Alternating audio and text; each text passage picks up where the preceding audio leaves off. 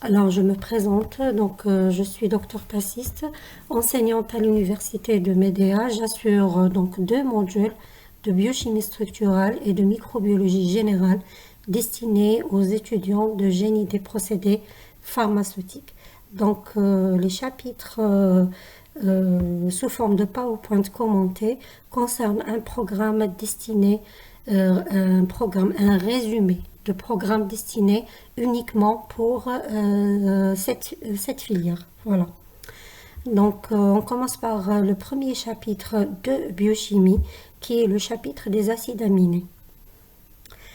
Donc, un acide aminé est un composé organique biologique constitué donc d'un carbone central lié à une fonction carboxyle et une fonction aminée avec un radical R dont la composition varie d'un acide aminé à un autre. C'est la raison pour laquelle nous avons plusieurs types d'acides aminés qui sont classés selon la composition de leurs radicaux. Pour la classification des acides aminés, la classification la plus répandue, c'est la classification qui se base sur la nature du radical et en même temps associée au caractère acido-basique. Nous avons la plus grande classe qui sont les acides aminés hydrophobes. Les acides aminés hydrophobes possèdent des radicaux hydrophobes. Regardez par exemple ici la glycine. La glycine possède un radical H, l'alanine CH3, la valine CH, CH3, CH3. Donc tous ces radicaux sont de nature hydrophobe. La proline ici fait partie de cette classe. Regardez qu'il y a une exception au niveau de la proline. La proline, c'est un iminoacide. Pourquoi? Parce qu'il possède un radical.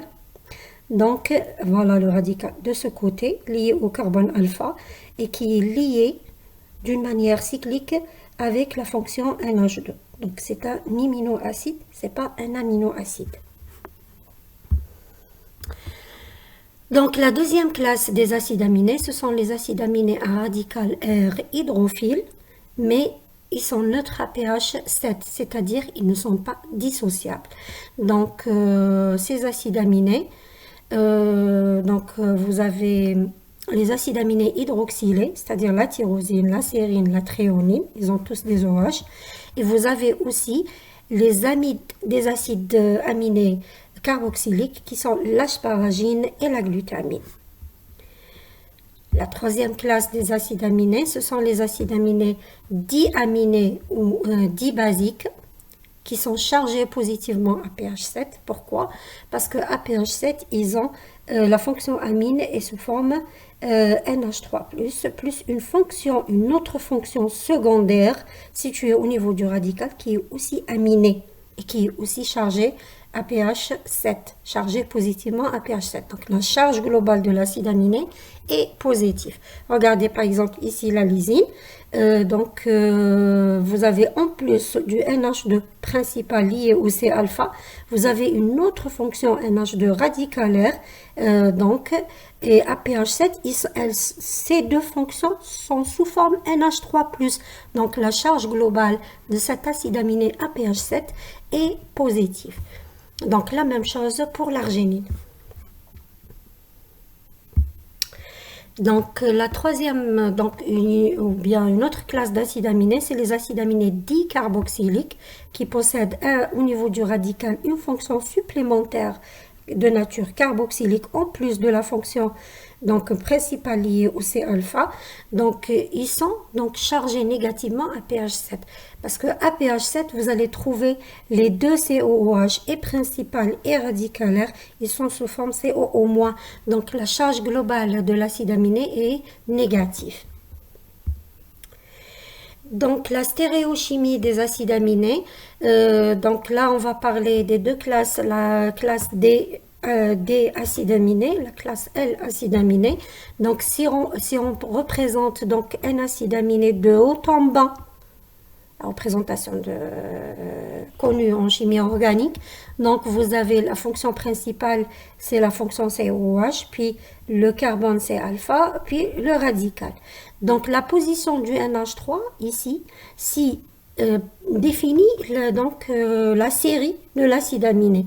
Si elle se trouve au niveau c'est-à-dire à droite, on parle de D acide aminé, de la configuration D ou de la série D.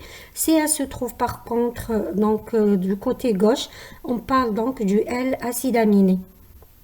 Donc ces deux acides aminés, que ce soit le D avec le L, ce sont deux stéréoisomères, donc où l'un est l'image de l'autre à travers un miroir.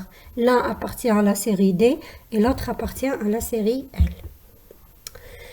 Donc les propriétés spectrales des acides aminés, donc là nous allons étudier l'absorbance en fonction de lambda. On remarque d'une façon générale, tous les acides aminés absorbent entre 220 et 230 nanomètres, mais l'absorbance est vraiment, c'est-à-dire minime. Mais si on considère les trois acides aminés aromatiques qui sont tryptophane, tyrosine, phénylalanine, là, si vous voulez voir la composition, vous allez à la classification. Donc, ces trois acides aminés possèdent des radicaux aromatiques cycliques.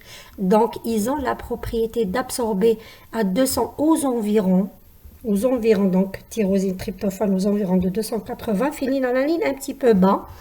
Donc, les trois acides aminés absorbent d'une façon générale à 280 nanomètres. Ils ont un maximum d'absorbance, une bonne absorbance à cette longueur d'onde. Donc, c'est une propriété qui est exploitée dans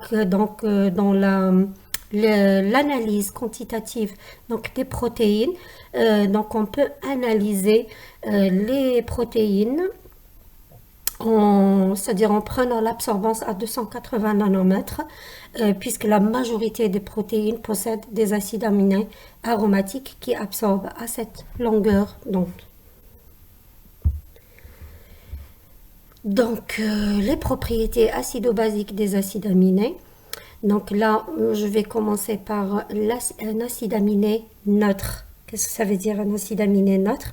Un acide aminé neutre, c'est un acide aminé qui ne possède pas une autre fonction dissociable dans son radical. J'inclus dans ce cas, dans ces acides aminés neutres, les acides aminés hydrophobes et les acides aminés hydrophiles, mais neutres à pH 7. Donc là, je vous donne un exemple, la glycine. Celui de la glycine, par exemple, il possède un radical H. Donc vous avez le C-alpha. Donc avec le H du C-alpha plus le H radicalaire. Et vous avez un COH, c'est-à-dire le COH principal et le NH2 principal. Donc là, on va préparer notre glycine dans un milieu acide. Donc dans un milieu acide, la première propriété acido-basique des acides aminés, c'est quoi? C'est que l'acide aminé en milieu acide, donc il va se comporter comme une base, donc il va accepter des protons, et lorsqu'il accepte des protons, il sera sous sa forme pleinement protonée. Qu'est-ce que ça veut dire pleinement protoné? C'est-à-dire, il sera, par exemple, la fonction carboxylique sera sous forme COOH, non dissociée. Et la fonction aminée va accepter un proton, et elle sera sous forme NH3+. Donc, l'acide aminé, la glycine, sera AA+. Donc, glycine plus. Donc, à pH très acide, la glycine sera sous forme glycine 100% glycine plus. Donc, à partir de ce point-là, je commence à titrer cet acide aminé par une base qui est le NOH. Donc là, je suis en train de faire un titrage acide-base. Donc, voilà. Donc, en ajoutant la base, donc je vais commencer à neutraliser la première fonction acide qui possède le pKa le plus faible. Laquelle? C'est la fonction COH qui commence à se dissocier en premier. Donc elle se dissocie, elle donne AA0, elle se dissocie, elle donne AA0, donc plus, AA+, ou glycine plus, il devient glycine 0. Pourquoi? Parce que sa première fonction acide, qui est le COH, va se dissocier en COO-. Donc, à chaque fois, vous avez une quantité qui se transforme en glycine 0, une quantité qui se transforme en glycine 0.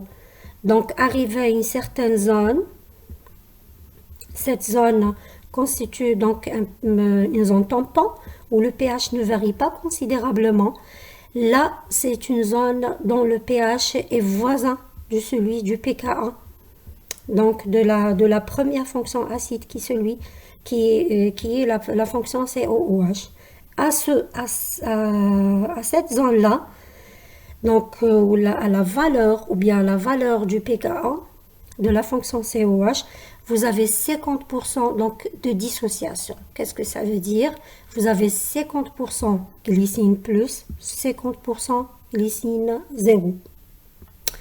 À partir de cette zone, donc je vais terminer mon titrage du restant de la glycine plus qui vont tous se transformer vers glycine 0. Donc ce qui reste comme glycine plus ici, il va se transformer en glycine 0. À la neutralisation totale de la première fonction acide COOH, toutes les molécules glycine plus vont se transformer en glycine 0. Donc c'est le point d'équivalence, c'est le premier point d'équivalence. Voilà. Donc, deuxième segment de cette courbe de titrage consiste à la neutralisation de la deuxième fonction acide qui est la fonction NH3+, qui va se transformer en fonction NH2. Donc, elle va libérer un H+. Elle se comporte comme une fonction acide ici, puisqu'elle va libérer des H+. Donc, la même chose, je vais transformer petit à petit tout ce qui est glycine 0 en glycine, donc, moins. En glycine, moins. Donc, je vais passer par une zone tampon aussi, où le pH ne varie pas considérablement. Donc, c'est la zone pour laquelle le pH est égal au pKa de la deuxième fonction NH2. Donc, à cette zone, vous avez 50% de dissociation de la fonction NH3+. Donc, vous allez transformer 50% en glycine moins. Il vous reste 50% de glycine 0. À partir du pKa de la fonction NH2, donc, vous allez terminer le restant, c'est-à-dire les 50% restantes des glycines 0. Vous allez terminer à les titrer. Donc, je vais titrer le reste de la fonction NH3+. Donc, je vais transformer toute la glycine 0 en glycine moins. Donc, ici, exactement, c'est le deuxième point d'équivalence où vous avez 100% de glycine moins. Donc, résumé, la courbe de titrage d'un acide aminé monoacide, monobase est constituée de deux segments séparés par un point d'équivalence ici et elle se termine par un deuxième point d'équivalence. Les deux segments, chaque segment correspond au titrage d'une fonction acide. Donc la première fonction acide titrée, c'est la fonction COOH et la deuxième fonction acide titrée, c'est la fonction NH3+. Donc vous avez un premier point d'équivalence qui correspond au point d'équivalence de titrage de la fonction acide, de la première fonction acide COH, et le deuxième point d'équivalence correspond au point d'équivalence de la deuxième fonction acide qui est la fonction NH3+.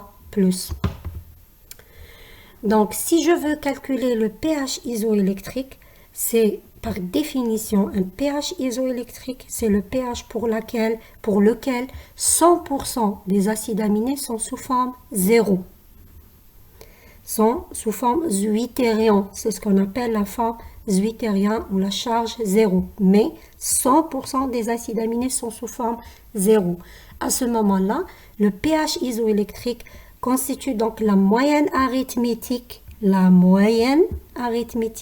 des deux pKa, des deux fonctions de part et d'autre, c'est-à-dire c'est le pKa de la fonction COH plus le pKa de la fonction NH2 divisé par 2. Et donc vous allez trouver que tous les acides aminés neutres possèdent un pH isoélectrique proche de la neutralité. neutralité. Donc les acides, je dis et je répète, je considère les acides aminés neutres, ce sont les acides aminés, les deux premières classes, les acides aminés hydrophobes et les acides aminés hydrophiles neutres à pH 7. Voilà. Donc, là, on va expliquer, on va prendre un autre exemple, celui d'un acide aminé acide, celui d'un acide aminé acide. Donc, un acide aminé acide, c'est un acide aminé qui possède en plus de la fonction COH principale une autre fonction COH radicalaire. Donc, la même chose, donc je prépare cet acide aminé dans un milieu acide.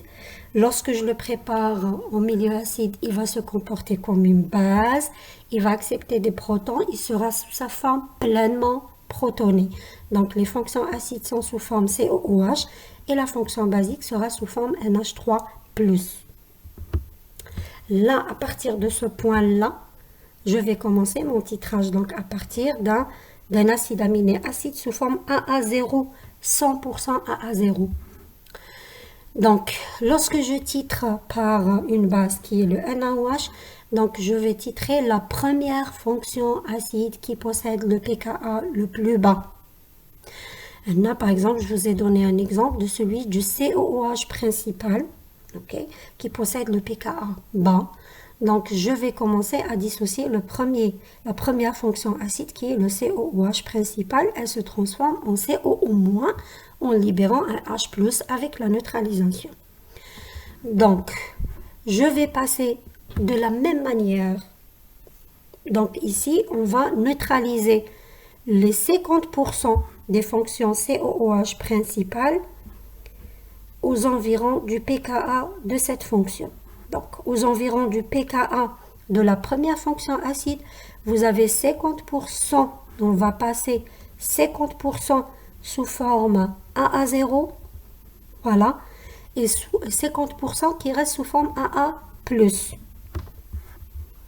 À partir de ce point-là, je vais terminer les 50% AA+, donc je vais les neutraliser, et j'aurai mon premier point d'équivalence où tous les acides aminés qui étaient sous forme AA+, vont se transformer en AA0.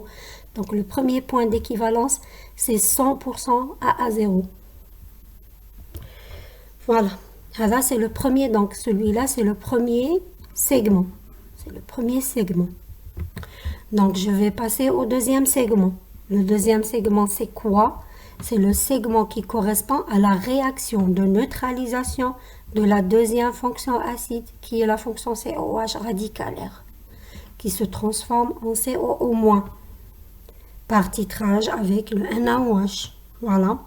Aux environs du pKa de cette fonction. Donc, je vais titrer quoi? 50% des AA0 ici, ils vont passer en AA-. En AA-.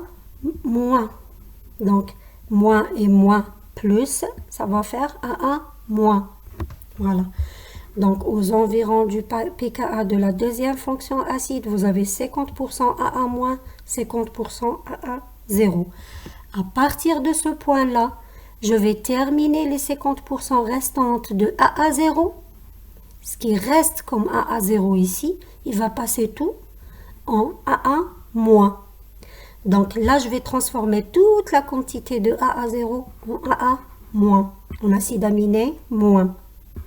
Donc je vais passer par le deuxième point d'équivalence qui correspond au titrage de la deuxième fonction acide radicalaire. Donc là, on va terminer par le dernier segment, ou le troisième segment, qui correspond au segment de titrage. Donc, c'est le titrage de la troisième fonction acide, qui est la fonction NH3+, qui va libérer un H+ aussi, et se transforme en NH2. Là, l'acide aminé passe de acide aminé moins à acide aminé de moins. Donc, vous aurez donc deux charges négatives. La même chose aux environs du pKa de cette fonction NH3+. Donc, vous allez titrer 50% donc, du réservoir AA-, qui se transforme en AA de moins. Et il reste 50% AA-. Donc, vous aurez 50% AA- et 50% AA de moins. À partir de ce point-là, je vais terminer le titrage du restant AA- qui se transforment tous en AA de moins. Donc là, je vais neutraliser tous les acides aminés ou bien précisément toute la fonction acide NH3+, qui se transforme en NH2. Donc tous les acides aminés qui étaient sous forme AA- se transforment en AA de moins. Voilà. Donc la courbe de titrage résumée d'un acide aminé acide possède 3 segments. Premier, deuxième, troisième. Qui correspondent à quoi? Au titrage des 3 fonctions acides, COOH principal, COOH radicalaire, voilà, et la fonction NH3+, qui se transforme en fonction NH2. Donc voilà.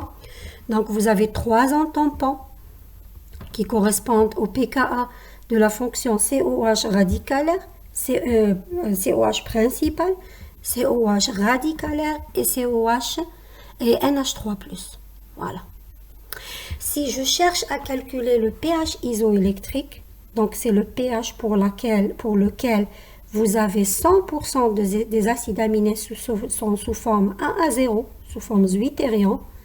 Là, je vais prendre aussi la moyenne arithmétique des 2 pKa de part et d'autre, c'est-à-dire le pKa de la fonction COOH principale et le pKa de la fonction COOH radicalaire. Donc, vous voyez, le pH isoélectrique, il sera acide.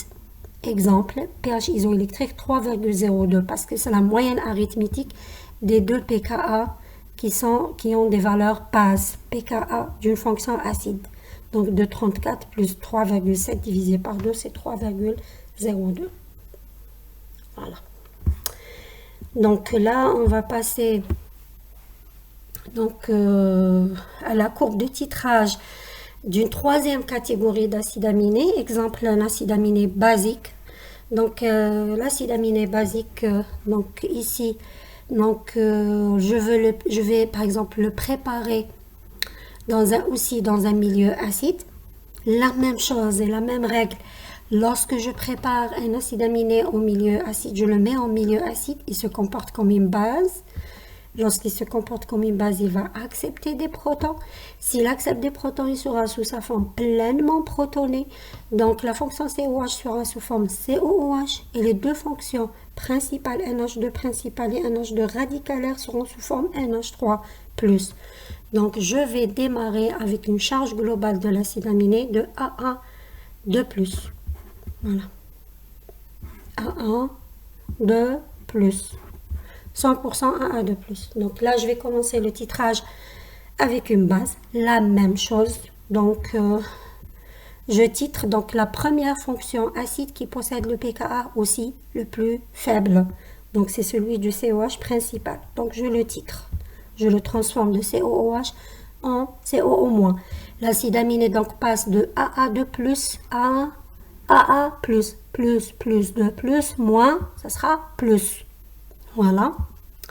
Donc, aux environs de la zone tampon, qui correspond au pKa de la fonction acide principale, donc j'aurai 50% sont sous forme AA de plus et 50% sous forme AA plus. Au point de titrage, maintenant, je vais titrer toute la fonction COOH principale et j'aurai 100% AA plus. 100% AA plus. Voilà. Deuxième segment, donc, correspond à quoi? Correspond au titrage de la deuxième fonction acide, qui est par exemple la fonction acide, la fonction NH3+, principale. Donc, elle va passer de la forme NH3+, à la forme NH2. Et donc, l'acide aminé va passer de la charge globale AA+, à la charge globale AA0. Donc, NH3+ devient NH2. La charge globale plus, moins, c'est plus. Ici, moins, plus, c'est 0. La même chose aux environs de la zone tampon qui correspond au pKa de la fonction NH2 principale, vous avez 50% sous la forme AA+, et 50% de la forme donc AA0. 50% de la forme précédente et 50% de la nouvelle forme. À partir de ce point-là, les 50% AA+, vont tous se transformer en AA0. Et c'est le point d'équivalence ici. Donc, au point d'équivalence, au deuxième point d'équivalence, j'aurais titré toute la fonction acide NH3+, qui se transforme en NH2. Donc, tous les acides aminés qui étaient sous forme AA+, ils seront sous forme AA0. Donc, ça, c'est la forme charge globale 0. C'est la forme zwitterienne. Donc, ici, c'est le pH isoélectrique. Donc, le troisième segment, on passe au troisième segment. Le troisième segment, donc, il correspond à quoi? Il correspond au titrage de la troisième fonction acide, qui est la fonction NH3+. Donc, il se transforme en fonction NH2. Donc, la charge globale de l'acide aminé passe de AA0 à AA-, acide aminé moins. Donc, c'est le troisième point d'équivalence. En passant par quoi? Par une zone tampon qui correspond au pKa de la fonction radicalaire. Voilà. Qui correspond au pKa de la fonction radicalaire. Donc, où vous avez 50% sous forme 0 et 50% sous forme, donc, sous forme 0 et 50% sous forme A-. Voilà. Donc, la courbe de titrage résumée d'une façon générale d'un acide aminé dibasique, donc possède 3 segments qui correspondent au titrage des 3 fonctions acides COH principal, NH2 radicalaire, NH2 principal et NH2 radicalaire. Donc, son pH isoélectrique donc, est situé, aux environs donc, par exemple de 10,02. Pourquoi? Parce qu'il constitue la moyenne arithmétique du pK de la fonction principale et du pKa de la fonction radicalaire. Donc, c'est la raison pour laquelle il possède un pH isoélectrique, donc basique plutôt, 10,05. Donc, c'est le pKa de la fonction NH2 plus le pKa radicalaire divisé donc, par 2.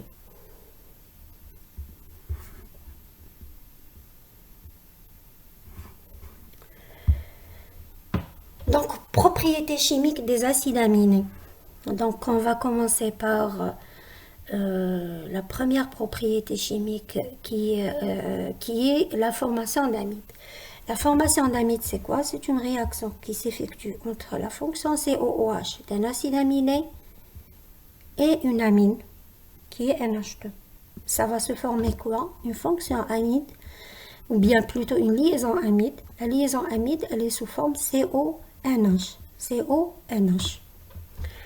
Donc, c'est une propriété qui a une application biologique. C'est quoi? C'est que si par exemple, donc celui-là c'est un acide aminé, si le R'NH2 qui est l'amine, c'est un deuxième acide aminé, l'un va contribuer avec sa fonction COOH et le deuxième contribue avec sa fonction NH2. Donc vous allez former une liaison amide de type CONH entre un acide aminé et un autre. Donc, vous allez former quoi? Ici, un dipeptide. Acide aminé et acide aminé vont former un dipeptide. Donc, le dipeptide ici, c'est une résultante donc, de la réaction entre un acide aminé et un autre. Si je veux encore, je peux aussi rajouter un troisième acide aminé, un troisième et quatrième acide aminé pour former à la fin une protéine. Donc, à partir de cette propriété chimique, on peut synthétiser donc, des protéines. Donc, c'est la manière dont les protéines sont synthétisées, c'est-à-dire naturellement. C'est une liaison entre les acides aminés. La protéine, c'est un polymère d'acides aminés qui se forme grâce à la formation de la liaison amide entre un acide aminé et un autre suivant. Donc, cette liaison amide principalement est appelée liaison peptidique dans les protéines. On l'appelle liaison peptidique. Donc, deuxième propriété chimique, c'est la formation des ponts disulfure entre deux cystéines. Donc, vous avez, là, vous pouvez passer à la classification des acides aminés. La cystéine, c'est un acide aminé soufré. Le radical, donc vous avez c'est alpha, COH principal, NH2 principal, et ici le radical. Le radical possède un SH, ce qui donne un acide aminé soufré. Si deux acides aminés se trouvent l'un à côté de l'autre, il y aura formation-réaction entre leurs radicaux, donc entre leur fonction SH, et là vous allez former une liaison covalente qui s'appelle le pont disulfure. Donc cette propriété chimique, c'est-à-dire on va la constater au niveau principalement on va la constater au niveau de la formation, donc au niveau de l'édifice, des structures protéiques, structures primaires, secondaires, tertiaires et quaternaires. Donc on va revoir donc cette réaction et la formation de ponts disulfure entre donc deux radicaux qui se trouvent l'un à côté de l'autre ou l'un en face de l'autre dans une protéine, entre deux cystéines où l'un se trouve à côté de l'autre ou en face de l'autre dans une protéine. Voilà. Donc on va revoir cette réaction plus tard au niveau des protéines. Réaction à l'aninhydrine maintenant. L'aninhydrine est une molécule oxydante qui réagit avec un acide aminé. Donc elle sera réduite, elle va donner une molécule réduite. Il y aura une décarboxylation oxydative de l'acide aminé. Une décarboxylation, il y aura libération de NH3, oxydative de l'acide aminé, dont la résultante est un RCHO, c'est-à-dire un aldéhyde, plus un CO2, plus NH3, plus. Ça, c'est la première réaction. Donc, une désamination et une décarboxylation oxydative. Donc, il y aura une décarboxylation, une désamination oxydative de l'acide aminé. Donc, la résultante, c'est quoi? C'est un aldéhyde plus un CO2 plus NH3+. La deuxième réaction consiste, c'est-à-dire donc c'est une réaction entre une nouvelle molécule de ninhydrine, et celle réduite qui résulte de la première réaction. Donc celle-là vient ici et on lui rajoute une autre molécule de ninhydrine. Vous allez former ici quoi? Donc comment ils vont se lier entre elles?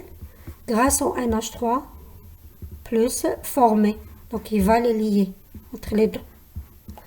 Et je vais former un complexe entre deux molécules de ninhydrine, une réduite et l'autre normale. Donc ce complexe s'appelle pourpre de Rümann. Le pourpre de Rümann, il possède, donc c'est un complexe violet qui absorbe à 570 nanomètres. Donc le maximum d'absorbance de ce pourpre de Rümann est 570 nanomètres.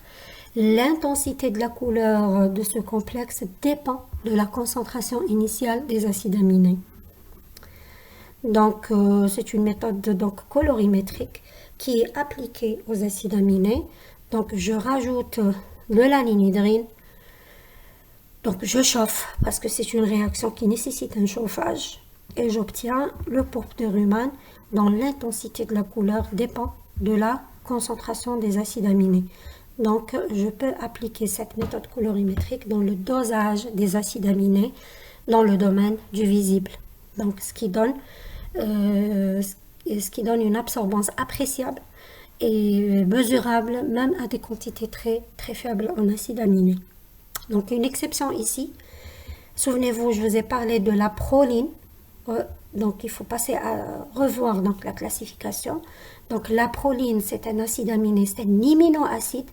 Donc tous les acides aminés donnent un pourpre de Rümann violet qui absorbe à 570 nanomètres, sauf la proline qui donne un complexe jaune et qui a une autre lambda max qui est 440 nanomètres. Voilà la différence entre la proline et les autres acides aminés. Donc, je passe aux méthodes de séparation d'un mélange d'acide aminé. Donc, la première méthode, c'est la chromatographie échangeuse d'ions. Chromatographies échangeuses d'ions. Donc là, je vais vous donner un exemple d'une résine échangeuse de cations. Donc, d'une façon générale, je vais commencer par définir qu'est-ce que ça veut dire une chromatographie. Une chromatographie, c'est une méthode de séparation en se basant sur, c'est une méthode de séparation d'un mélange de composés qui vont passer à travers une phase stationnaire véhiculée par une phase mobile. Voilà, donc dans une chromatographie, vous avez le mélange à séparer, une phase stationnaire, une phase mobile. Donc ici, nous avons une colonne, voilà, qui est remplie ici par une résine sulfonique. Qu'est-ce que ça veut dire une résine sulfonique? C'est une résine qui possède un matériau sur lequel j'ai greffé des groupements sulfoniques SO3- dans la phase stationnaire. Donc la phase stationnaire, c'est une résine sulfonique qui possède des groupements SO3-. Donc elle est chargée négativement. Donc la première phase de cette chromatographie, ici, c'est que je dois, au niveau de la première phase de cette chromatographie, donc si je veux séparer un mélange d'acides aminés, je dois les fixer sur cette résine. Je dois les fixer dans la première phase de fixation, je dois les fixer sur cette résine. Donc pour les fixer sur cette résine, qu'est-ce que je dois faire? Je dois tous les préparer dans un milieu acide. Donc je dois acidifier le milieu de préparation des acides aminés. Donc pourquoi? Parce que au niveau des courbes de titrage, nous avons vu que tous les acides aminés, lorsqu'ils se trouvent dans un milieu acide, ils se comportent comme une base, ils seront sous forme pleinement protonée, ils seront chargés positivement. Donc s'ils seront chargés positivement, ça veut dire qu'ils vont se fixer sur la résine sulfonique. Donc première phase est terminée. Donc j'ai fixé à pH acide. Le dépôt et la fixation s'effectuent en milieu acide. C'est bon, donc la phase mobile doit être ici acide aussi, pour qu'elle véhicule les acides aminés et les fixe. Deuxième phase, c'est la phase d'élution. La phase d'élution consiste à la libération des acides aminés ou l'élution des acides aminés à la sortie de la colonne en augmentant le pH. Je vais augmenter progressivement le pH en faisant passer à travers la colonne des solutions de pH croissant. Une solution ou une phase mobile de pH croissant. Alors, je vais augmenter le pH et les acides aminés vont se neutraliser progressivement. Donc, souvenez-vous, dans les propriétés acido-basiques, qu'est-ce qu'on a dit? Les acides aminés neutres ont un pH isoélectrique proche de la neutralité. Les acides aminés acides, ils ont un pH isoélectrique acide. Et les acides aminés dits basiques ou basiques, ils ont des pH isoélectriques basiques. Donc le principe de l'élution, c'est quoi? C'est que j'augmente le pH et à chaque fois que le pH de la phase mobile coïncide avec un pH isoélectrique d'un acide aminé, il va être sous la charge 0. Donc s'il sera chargé nul, s'il aura une charge nulle, il va se détacher de la résine, il va être élué. Voilà le principe de l'élution. Donc j'augmente le pH, j'atteins le pH isoélectrique, la charge de l'acide aminé sera sous forme 0. Et si elle sera sous forme 0, il va se détacher, il va descendre de la colonne. Donc, le premier acide aminé, ou bien la première classe des acides aminés qui sera éluée, ce sont les acides aminés acides. Parce que leur pH isoélectrique est acide. Donc j'augmente le pH. Le premier pH isoélectrique atteint, c'est celui des acides aminés acides. Donc ils seront sous forme 0, ils vont être élués. J'augmente encore le pH, je vais arriver au pH isoélectrique des acides aminés neutres. Donc ils seront donc neutralisés sous sa forme 0, sur le forme 0, ils seront élués. J'augmente encore le pH et j'arrive au pH isoélectrique des acides aminés basiques. Donc, ils seront aussi à leur tour neutralisés. Ils vont être exclus de la colonne. Donc, résumé, dans une résine échangeuse de cations, pourquoi elle échange des cations? Parce qu'elle va fixer des cations. Voilà. Donc, dans une résine échangeuse de cations, la résine, donc la phase stationnaire est chargée négativement. Généralement, on utilise la résine sulfonique parce que c'est une résine forte. Donc, sulfonique, elle sera chargée négativement. La fixation s'effectue à pH acide où les acides aminés sont sous forme de cations. Donc, c'est la raison pour laquelle on dit résine échangeuse de cations. Donc, l'élution s'effectue donc en augmentant le pH. Et à chaque fois qu'on atteint le pH isoélectrique d'une catégorie, elle sera neutralisée, elle va être éluée. Donc, je vais éluer en premier lieu les acides aminés acides, les acides aminés neutres, puis les acides aminés donc basiques.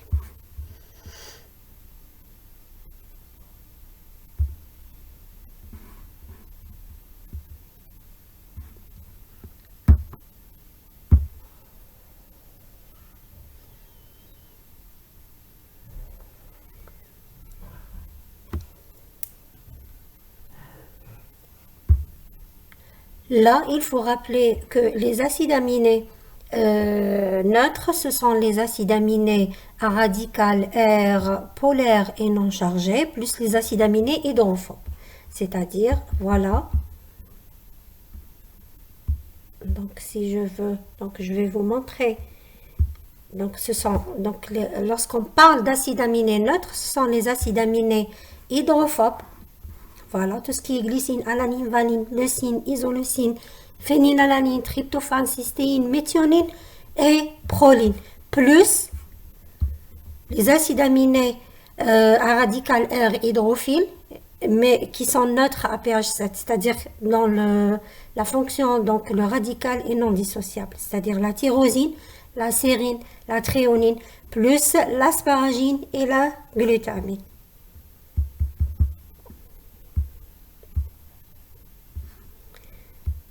Donc, ça pour les résines échangeuses de cations. Alors, imaginons on a une résine échangeuse d'anion. La résine échangeuse d'anion, c'est-à-dire elle échange des acides aminés sous sa forme négative. Donc, la phase stationnaire de cette résine ou cette phase stationnaire est chargée positivement. Elle doit être chargée positivement. À ce moment-là, les acides aminés doivent être chargés négativement pour qu'ils puissent se fixer sur cette résine. Donc, ici, les charges sont inversées. La résine doit être chargée positivement et les acides aminés doivent être chargés négativement. Donc, pour charger les acides aminés, pour leur donner une charge négative, il faut à ce moment-là préparer ces acides aminés en milieu basique. Donc, la résine échangeuse d'anion, donc la phase de fixation de cette résine commence à pH basique. Donc, l'élution s'effectue ne s'effectue pas par augmentation de pH comme la résine échangeuse de cations, mais elle s'effectue par diminution du pH. Donc, je commence par un pH très basique et donc je diminue le pH de la phase mobile progressivement. À ce moment-là, je commence à neutraliser les acides aminés groupe par groupe. Et donc, le premier pH isoélectrique touché, c'est celui des acides aminés basiques. Le deuxième pH isoélectrique touché, c'est celui des acides aminés neutres. Et le troisième pH isoélectrique touché, c'est celui des acides aminés acides. Donc l'ordre d'élution dans ce cas est inversé. Donc les acides, je vais éluer dans ce cas les acides aminés basiques d'abord, puis les acides aminés neutres, plus les acides aminés acides. Donc les deux résines, le protocole expérimental des deux résines échangeuses de cations et échangeuses d'anions sont inversés. L'échangeuse de cations commence sa fixation à pH acide et l'élution se fait par augmentation de pH. Et les acides aminés sont élués sont les acides, les neutres, puis les basiques. L'échangeuse d'anions, c'est le contraire. La préparation et la fixation des acides aminés s'effectuent en milieu basique et l'élution s'effectue par déclin du pH. Je vais éluer les acides aminés basiques d'abord, les neutres et puis les acides par la suite. Voilà. Donc, je passe à la deuxième méthode de séparation des acides aminés qui est l'électrophorèse. Donc, électrophorèse, elle repose, le principe général de cette méthode repose sur la séparation des acides aminés en fonction de quoi? En fonction de leur charge. Lorsqu'ils sont placés dans un champ électrique, donc ils vont soit se diriger vers le pôle négatif, qui est la cathode, soit vers le pôle positif, qui est l'anode. Donc, il y a un déplacement selon leur charge au pH considéré. Donc, le pH ici, il est imposé par un tampon qui est mis de part et d'autre. Ce tampon imbibe une plaque d'électrophorèse constituée en général de gel de polyacrylamide. Voilà. Donc, ici, le gel de polyacrylamide, il est préparé dans un tampon bien déterminé. Donc là, je vais fixer le pH, puis imbiber de part et d'autre dans la solution tampon de même pH. Dans ce cas, je vais instaurer les conditions de pH bien déterminées. Donc, je ferme le circuit électrique. L'acide aminé, selon sa charge au pH considéré, il va soit se déplacer vers la cathode, soit se déplacer vers l'anode. Donc, s'il est chargé positivement, il se déplace vers la cathode. S'il est chargé négativement, il se déplace vers l'anode. S'il sera sous sa charge neutre, dans ce cas, il ne va pas se déplacer. En général, le point de dépôt, le plus, c'est-à-dire utilisé, c'est le point au milieu. C'est-à-dire, je vais déposer ici. Et le déplacement sera soit vers ce sens, soit vers l'autre sens, soit il reste au dépôt, c'est-à-dire au milieu. Maintenant, la charge de l'acide aminé, elle dépend de quoi? Elle dépend du pH. Là, je rappelle, la charge de l'acide aminé dépend du pH. Lorsqu'il se retrouve dans un pH inférieur à son pH isoélectrique, largement inférieur à son pH isoélectrique, il sera chargé positivement. Là, s'il sera à son pH isoélectrique, il sera charge 0. S'il va être placé dans un champ, c'est-à-dire dans un pH supérieur à son pH isoélectrique, dans ce cas, il sera chargé négativement. Donc, je vous donne un exemple. Par exemple, un acide aminé neutre. Voilà. Voilà le pH isoélectrique. S'il est placé dans un pH inférieur à son pH isoélectrique, il sera chargé positivement. S'il sera placé dans un pH supérieur à son pH isoélectrique, il est chargé négativement. Si son pH est égal à son pH isoélectrique, il sera charge 0. La même chose pour un acide aminé dibasique ou bien diacide. Voilà son pH isoélectrique. Oui, le pH, il est là. Son pH isoélectrique. S'il se place dans un pH inférieur à son pH isoélectrique, il est chargé positivement, AA+. S'il se place dans un pH supérieur à son pH isoélectrique, il sera chargé négativement, soit AA-, soit AA2-. Voilà. S'il se place dans un pH égal à son pH isoélectrique, il sera charge 0. La même chose pour les acides aminés basiques ou dibasiques. Voilà le pH isoélectrique, 10,05. S'ils sont placés à des charges, si ces acides aminés sont préparés à un pH inférieur à leur pH isoélectrique, inférieur au pH isoélectrique, ils seront sous forme charge positive, soit AA+, soit AA2+. S'ils sont placés dans un pH supérieur à leur pH isoélectrique, voilà le pH isoélectrique, supérieur au pH isoélectrique, ils seront sous forme AA-. Si le pH est égal au pH isoélectrique, ils seront sous la charge 0, sous sa forme zwitterien. Donc là, je vais revenir à la méthode. Donc, un pH inférieur au pH isoélectrique, l'acide aminé est chargé positivement. Il se déplace où? Il se déplace vers la cathode. Un pH supérieur au pH isoélectrique, l'acide aminé est chargé négativement. Il se déplace vers l'anode. Un pH égal au pH isoélectrique, nous n'avons pas de migration. Donc, il reste au point de dépôt. Alors là, j'ai donné un exemple. Si vous allez faire une électrophorèse à pH 7, proche de la neutralité, et vous allez par exemple séparer trois groupes. Un acide aminé neutre, un acide aminé acide et un acide aminé basique. Je commence par l'acide aminé neutre. Donc là, la séparation dépend du pH. Donc, pourquoi? Parce que le pH, il commande la charge. Alors, sous un champ électrique, les acides aminés basiques migreront vers la cathode. Pourquoi? Parce que les acides aminés basiques ont leur pH isoélectrique est basique. Le pH 7 se trouve au-dessous de leur pH isoélectrique. Donc, ils seront chargés positivement. Donc, ils vont se déplacer vers la cathode. La même chose pour les acides aminés donc acides. Le pH 7 va se situer au-dessus de leur pH isoélectrique parce que leur pH isoélectrique est acide. Donc, il va se trouver au-dessus de leur pH isoélectrique. Donc, ils seront chargés quoi? Ils seront chargés négativement. Donc, ils vont se déplacer vers l'anode. Alors, l'acide aminé neutre, son pH isoélectrique est proche de la neutralité. À ce moment-là, sa charge est égale à 0, donc il va rester au point de migration.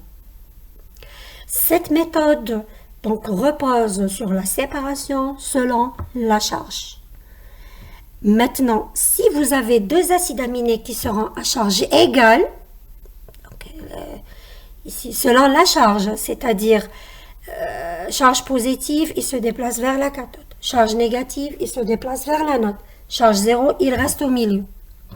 Maintenant, si vous avez deux charges positives, il se déplace plus loin vers la cathode. Une charge positive, il se déplace moins. La même chose, deux charges négatives AA2-, il se déplace le plus proche possible vers l'anode.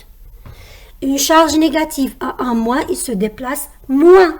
Donc, la séparation repose principalement sur la charge. Plus la charge est grande, plus le déplacement est important. Maintenant, à charge égale, si vous avez la même charge, à ce moment-là, la séparation s'effectue selon le poids moléculaire. Plus la molécule est légère, plus elle se déplace rapidement et elle se déplace plus loin. Plus la molécule est lourde, le poids moléculaire est grand, plus le déplacement est petit. Voilà le principe général donc de cette méthode de séparation. Je passe à la dernière méthode de séparation qui est la méthode la chromatographie sur couche mince, la CCM. On parle dans ce cas d'une chromatographie planaire. Pourquoi on parle de la chromatographie planaire? Parce que c'est une chromatographie où la phase stationnaire est une phase étalée en couche très fine sur un support. Donc Donc la phase stationnaire ici, elle n'est pas coulée sous forme d'une colonne, mais elle est coulée sous une couche très fine sur un support. Voilà la phase stationnaire, regardez. La phase stationnaire, en utilisant généralement le gel de silice qu'on étale sur une plaque en verre. Donc on prépare le gel de silice en mélangeant le silice avec un liant, puis on étale ce gel de silice donc, qui sera fixé sur une plaque de verre, donc étalée en couche très très fine. Plus la couche est fine et homogène, plus la séparation donc, est bonne. Une fois la phase stationnaire est préparée, donc on passe à une petite étape de réactivation donc, du gel de silice en le mettant à une température élevée. Puis qu'est-ce qu'on va faire? On va choisir le mélange de la phase stationnaire, plutôt le mélange de la phase mobile. Donc le mélange de solvant qu'on va mettre dans la phase mobile. Donc on prépare le mélange de solvant qu'on va mettre donc dans une cuve en verre. Regardez la cuve en verre, elle est là. Qu'on va mettre dans une cuve en verre. On prépare le mélange de solvant, on le met à l'intérieur de la cuve en verre. Et puis quoi? On couvre cette cuve en verre et on laisse les vapeurs des solvants donc saturer le milieu. Voilà. Une fois la saturation est terminée,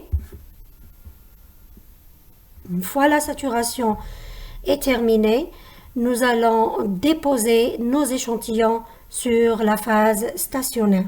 Qu'est-ce qu'on va faire? Donc, on va déposer, la ligne de dépôt en général sera ici. Voilà, la ligne de dépôt sera ici. Donc, on prépare donc une ligne de dépôt sur le début donc, de la phase de la plaque en verre, la plaque de gel de silice en verre ici. Voilà. Donc, par exemple, on choisit la ligne de dépôt de notre mélange d'acides aminés à séparer ici. Donc, comment faut-il déposer? Donc, il faut déposer avec des petits volumes suivis d'un séchage répété. Donc, je dépose un petit volume et je sèche. Je dépose et je sèche. Donc, à chaque fois, je sèche jusqu'à ce que je dépose tout le mélange d'acides aminés. Et il faut aussi déposer en parallèle donc, des échantillons d'acides aminés dans la composition connue, dans la même ligne de dépôt du mélange d'acides aminés.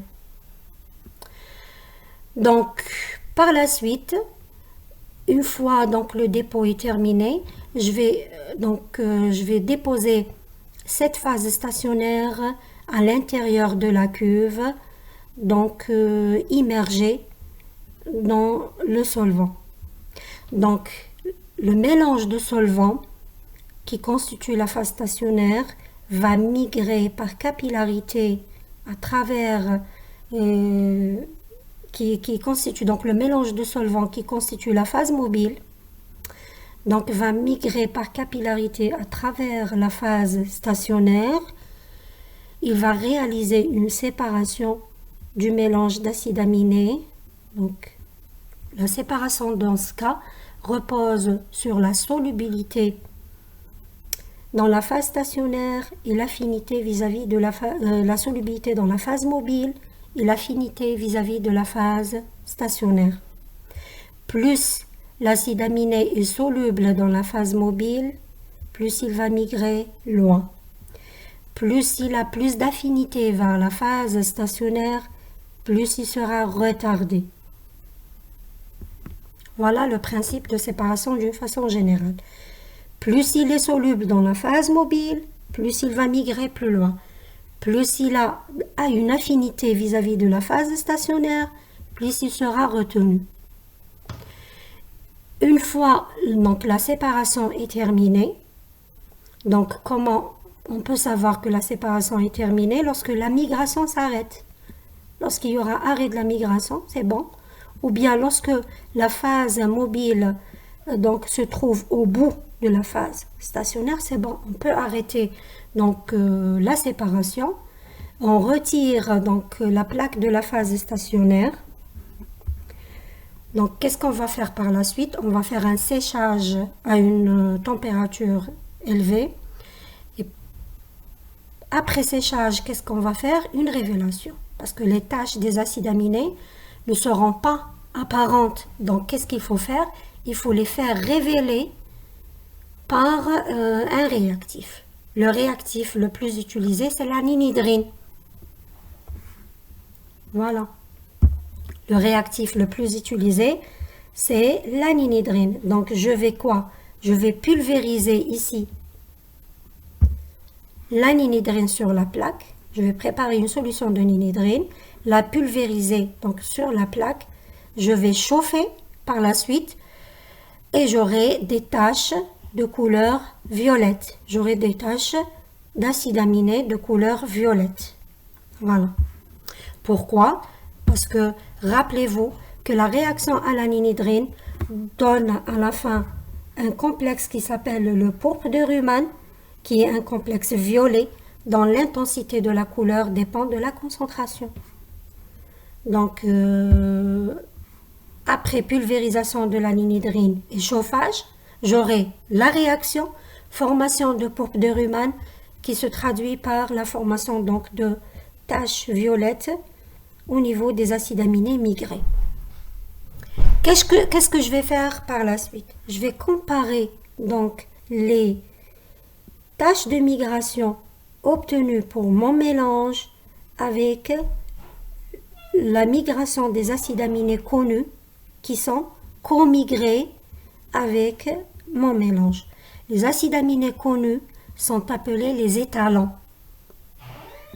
Donc je vais donc comparer la hauteur de migration obtenue pour les étalons, la hauteur de migration obtenue pour les étalons avec la hauteur de migration obtenue pour les différentes tâches constitutives donc de mon mélange d'acides aminés. À la même hauteur de migration, ça veut dire que c'est la même composition en acides aminés. À la même hauteur de migration, ça veut dire que c'est la même composition en acides aminés. Donc, si je compare la hauteur de migration, cela veut dire que je compare un paramètre qui s'appelle le rapport frontal. Le rapport frontal, c'est la distance parcourue par l'acide aminé sur la distance parcourue par le solvant.